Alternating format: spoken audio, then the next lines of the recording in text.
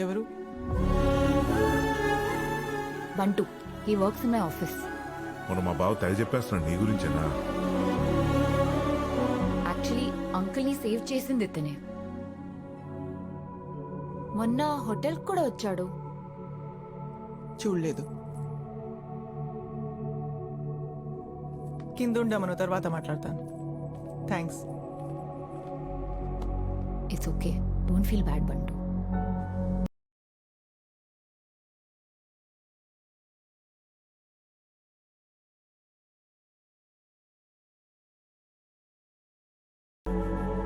నాన్న, డీసీపీ గారు మాట్లాడాలంట.